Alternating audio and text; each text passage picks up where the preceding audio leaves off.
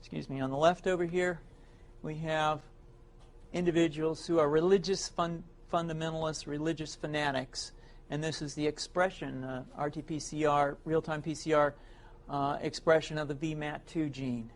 Over here, we have individuals.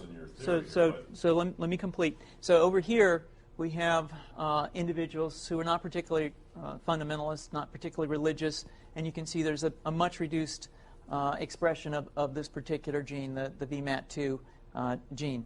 Another evidence that supports our hypothesis for the development of this approach. What you see here is by spreading this virus, we're going to eliminate individuals from donning on a bomb vest and going into a market and blowing up the market. So our hypothesis is that these are fanatical people, that they have overexpression of the VMAT-2 gene, and that by vaccinating them against this, we'll eliminate this behavior. So we have some very, very remarkable data in this next slide. Here we have two brain scans. These are fMRIs. These are two different individuals with different levels of expression of VMAT-2. On top is an individual who's a religious fanatic, an individual, and we've repeated this numerous times, that has high levels of VMAT-2. Now, this individual down here who had low levels of the VMAT-2 gene, this individual would self-describe as not particularly religious. In each case, these individuals were read a religious text. This individual lit up the right middle frontal gyrus, shown here, and that's a part of the brain that's associated with theory of mind. It's a part of the brain that has to do with intents and beliefs and desires. In marked contrast, here's an individual who would not particularly self-describe as religious, and when they're read a religious text, what you see is that this part of the brain called the anterior insula lights up. This is a part of the brain that's associated with disgust or displeasure on hearing something.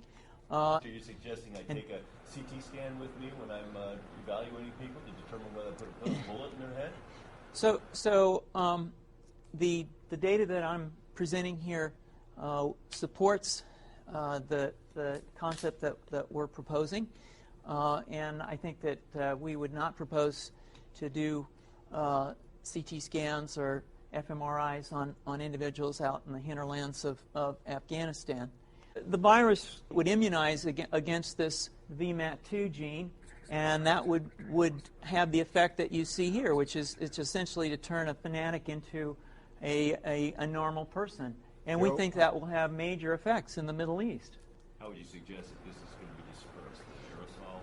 Well, so the present plan and the tests that we've done so far have used respiratory viruses, such as flu or rhinoviruses, and we believe that that's a satisfactory way to get the exposure of the largest part of the population. Most of us, of course, have been exposed to both of those viruses, and we're quite confident that this will be a very successful approach. This is fascinating. What's the name of this proposal? Yeah, so the name of this project is FunVax, which is the vaccine for religious fundamentalism. And you have a proposal already?